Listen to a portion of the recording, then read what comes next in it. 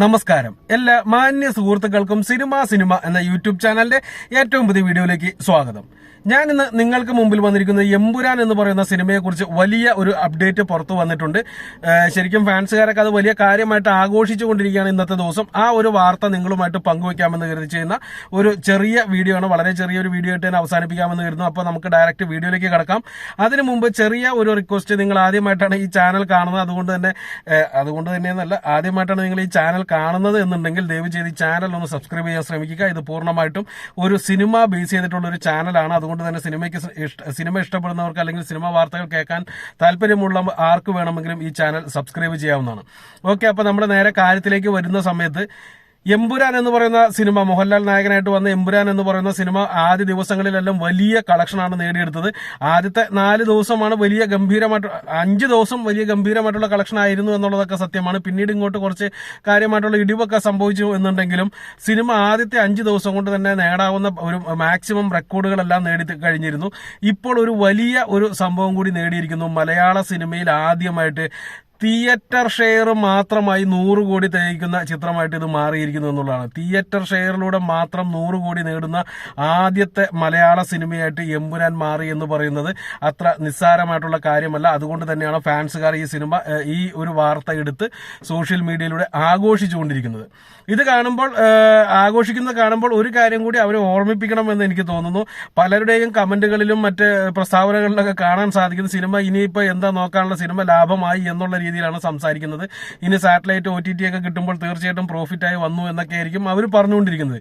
ഈ 100 കോടിയും പ്രൊഡ്യൂസറുടെ കയ്യിലേക്കല്ല സുഹൃത്തെ കിട്ടുന്നത്. അതൊന്ന് പറയണമെന്ന് എനിക്ക് തോന്നി. ഈ 100 കോടി വന്നിരിക്കുന്നു എന്ന് പറയുന്നത്, അപ്പൊ ചോദിക്കും ഷെയർ എന്ന് പറയുന്നത് പ്രൊഡ്യൂസർക്ക് അല്ലേ എന്നുള്ളത്. ഷെയർ എന്ന് പറയുന്നത് പ്രൊഡ്യൂസർക്ക് മാത്രമല്ല, അത് പല സ്ഥലങ്ങളിലും ഡിസ്ട്രിബ്യൂഷൻ കൊടുത്തിരിക്കുകയാണ്. ഇപ്പോൾ ഒരു ഉദാഹരണം പറയുകയാണെങ്കിൽ കഴിഞ്ഞ ദിവസം പുറത്തു വന്ന ഒരു വാർത്ത ഉണ്ടായിരുന്നു, നമ്മളത് ചാനലിൽ ചെയ്തതാണ്. വിദേശ മാർക്കറ്റുകളിൽ നിന്ന് മാത്രമായിട്ട് 50 കോടി രൂപ ഷെയർ വന്നു എന്നുള്ളത്. ആ 50 കോടി രൂപ വിദേശ മാർക്കറ്റുകളിൽ നിന്ന് ഷെയർ വന്നു എന്ന് പറയുന്നതിൽ 1 രൂപ പോലും പ്രൊഡ്യൂസർക്ക് കിട്ടത്തില്ല. ആന്റണി പെരുമ്പാവൂർക്കോ ഗോകുലം ഗോപാലിനോ കിട്ടത്തില്ല. കാരണം അവർ ഓൾറെഡി 30 കോടി രൂപ പ്രൈസിന് ആ ചിത്രം വിദേശ മാർക്കറ്റിലേക്ക് വിറ്റിരുന്നു. അവിടെ വിതരണം എടുത്തവർക്കാണ് ഈ 50 കോടി കിട്ടുന്നത്. ആ 50 കോടിയും ഇപ്പൊ അത് 50-ന് മുകളിലേക്കൊക്കെ പോയിട്ടുണ്ട്, 55-60 കോടിയിലേക്കൊക്കെ എത്തിയിട്ടുണ്ടാവും. അപ്പൊ ആ പൈസയും കേരള മാർക്കറ്റിൽ നിന്നും ഇന്ത്യൻ മാർക്കറ്റിൽ നിന്നും കിട്ടുന്ന എമൗണ്ടും കൂടി കൂട്ടിയിട്ടാണ് ഈ 100 കോടി എന്ന് പറയുന്നത്. അപ്പോൾ ഓൾറെഡി വിറ്റുപോയ റൈറ്റ്സുകൾക്കൊന്നും തന്നെ പ്രൊഡ്യൂസർക്ക് പിന്നീട് അവകാശമില്ല. അപ്പൊ അതുകൊണ്ട് തന്നെ ഈ 100 കോടി കിട്ടി എന്ന് പറയുന്നത് 100 കോടിയും പ്രൊഡ്യൂസറുടെ പോക്കറ്റിലേക്കാണെന്ന് ആരും തെറ്റിദ്ധരിച്ചേക്കരുത്. വിദേശ മാർക്കറ്റുകളിൽ മാത്രമല്ല, ഇന്ത്യക്ക് പുറത്തുള്ള മറ്റ് പല സ്റ്റേറ്റുകളിലേക്കും വിതരണം പോയിട്ടുണ്ട്.